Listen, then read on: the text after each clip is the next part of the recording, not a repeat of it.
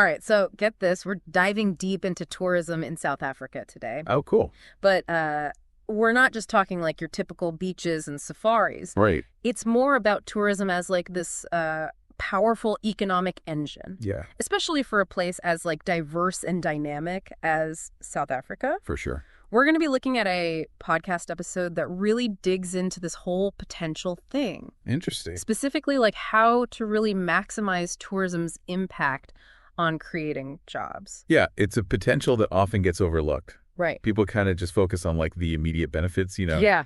like having fun and cultural exchanges and stuff. Right. But the economic like ripple effect is massive. Totally. And the source material we're looking at today, like Uh-huh. they don't just talk about the potential. They get into the nitty-gritty Oh, wow. of how to achieve it. I like it. So to kick things off, they hit us with this like mind-blowing stat. Okay. Globally, 1 in 10 jobs are tied to tourism. Wow. That's huge. That is big. Yeah. But here's the thing. In South Africa, tourism only contributes about 3.7% to the GDP.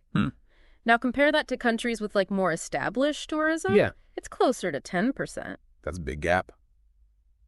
That gap is exactly what's so interesting. It's like this indicator of untapped potential. Yeah, for sure. And it makes you wonder, why isn't South Africa reaping the full benefits of tourism? That's a good question. Well, I was wondering the same thing. Uh-huh. Thankfully, the podcast dives into it. Okay, good. One of the first things they point out is that South Africa's tourism sector Mm-hmm. is overly reliant on traditional offerings like safaris and wildlife experiences. Right. It's great and all, Yeah.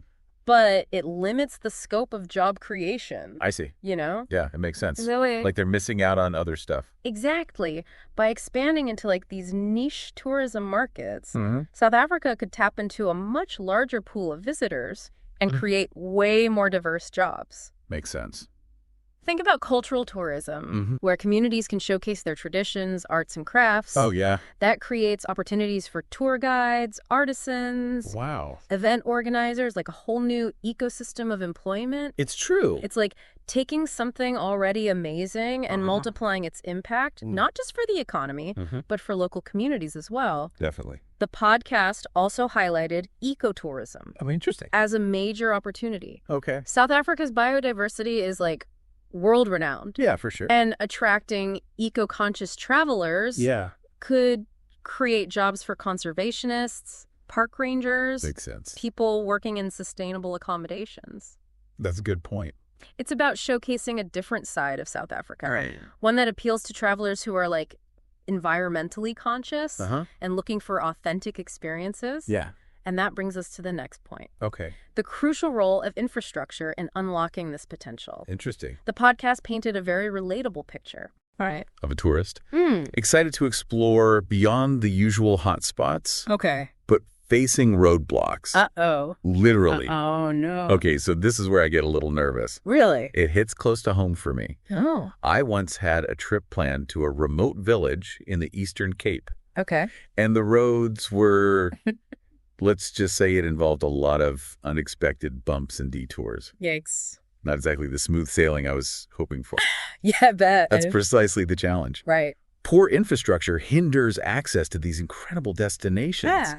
which limits the growth of niche tourism It's true. and the job creation that comes with it. Makes sense. We're talking about the need for better roads, reliable public transport, Yeah. and even digital connectivity, Oh, wow. especially in rural It areas. was a big undertaking. So how do we even tackle this? Right. Is it just about pouring money into infrastructure projects? Yeah. Or is there a more nuanced approach? Good question. Because honestly, it sounds massive. It does. Well, the podcast argues that it's not just about building new roads, Okay. but about strategic investment.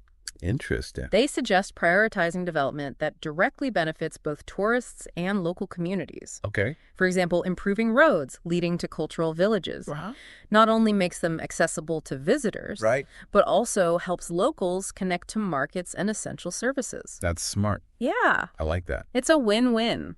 It is. It's about creating a win-win situation, you know, Yeah. where infrastructure development supports both tourism growth Right. and community well-being. The podcast gives this specific example of how this could work. Okay. Community-based tourism.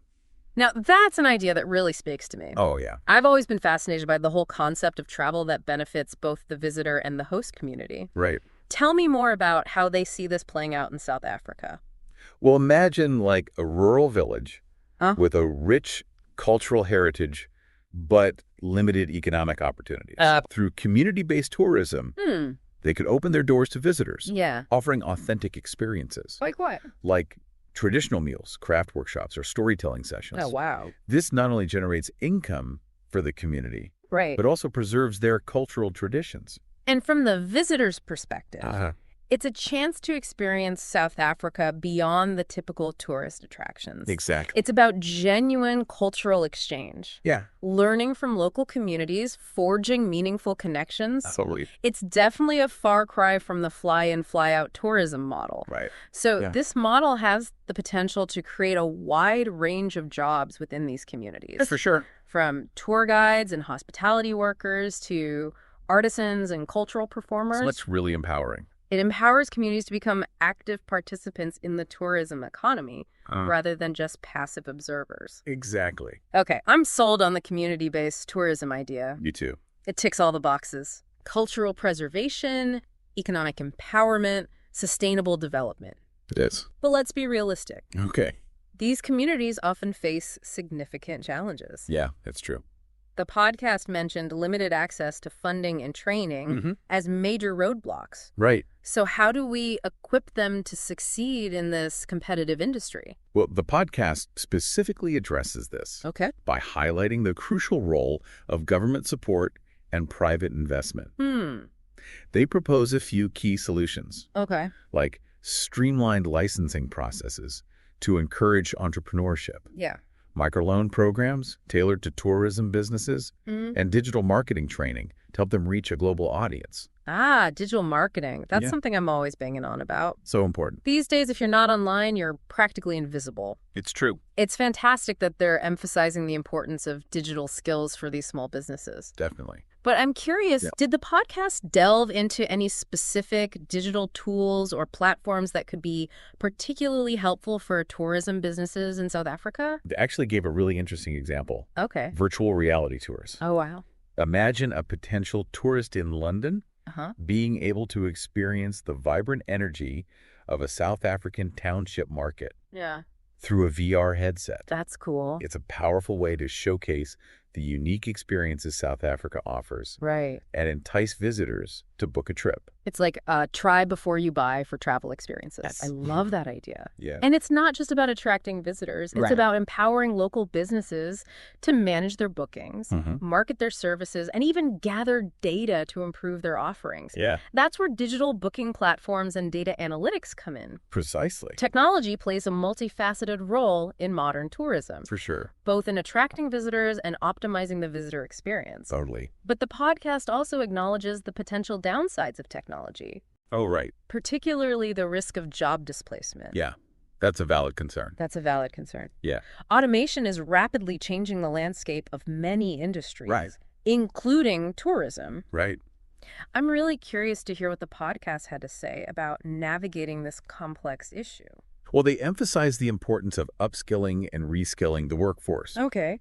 They argue that by investing in training programs that equip workers with digital skills and entrepreneurial know-how, Yeah. South Africa can mitigate the risks of job displacement Right. and even create new opportunities in fields like software development, digital marketing, and data analytics. It's about adapting to the changing landscape. Right. And ensuring that everyone benefits from technological advancements. Exactly. I find it reassuring that they're not shying away from these tough questions. Yeah, me too. It shows a real commitment to inclusive and sustainable tourism development. Definitely. And that brings us to another crucial aspect highlighted in the podcast. Okay. The importance of empowering small and medium-sized enterprises. SMEs. Yes. Right. These are the unsung heroes of tourism. They are. The guest houses, tour operators, craft markets, and street food vendors who provide authentic local experiences and contribute so much to the vibrancy of the industry. It's true. But they often face an uphill battle, Yeah. especially when it comes to accessing funding and navigating bureaucratic hurdles. It's tough out there for them. You hit the nail on the head. Hey. The podcast dives into the specific challenges faced by SMEs in South Africa's tourism sector. One that really stood out was the issue of obtaining affordable loans. That makes sense. Traditional lenders often perceive tourism businesses as high risk, Yeah. making it difficult for them to secure the capital they need to grow. It's a problem.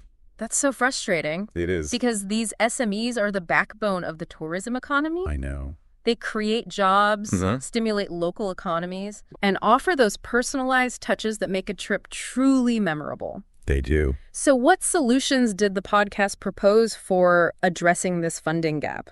They suggested a dedicated microloan program, Okay. specifically designed for tourism SMEs. This program would offer smaller loans with more flexible repayment terms. Yeah. Tailored to the unique needs and cash flow cycles of these businesses. That sounds like a game changer. Yeah. It could be the boost these SMEs need to invest in their businesses, expand their offerings, and ultimately create more jobs. Exactly. But funding is only part of the equation. Right. The podcast also emphasized the importance of mentorship and training programs to equip these entrepreneurs with the skills that they need to succeed. For sure. Exactly. They talked about the need for tailored training programs covering everything from financial management and marketing to customer service and quality assurance. By investing in these areas, South Africa can nurture a thriving ecosystem of tourism SMEs that contribute to sustainable and inclusive economic growth. Absolutely. So it's clear that unlocking the full potential of tourism in South Africa requires a multifaceted approach. It does. It's about diversifying offerings, investing in infrastructure, empowering communities, supporting SMEs, and harnessing technology in a way that benefits everyone. I agree. It's a big task. Yeah, it is. But the rewards could be transformative. They could. Absolutely. And it's not just about economic gains. Right. The podcast highlighted the social and cultural benefits of tourism. Yeah. Particularly its potential to foster cross-cultural understanding and break down stereotypes. I like that. They shared a really inspiring story about a group of women in a rural village who started a cultural tourism initiative, sharing their traditional weaving skills with visitors from around the world. See, that's what I love about tourism. When done right, Right. it's not just about transactions. Right. It's about connections. It is. It's about sharing stories, experiences, and perspectives. I agree. It's about realizing that despite our differences, we have so much in common. Beautifully put.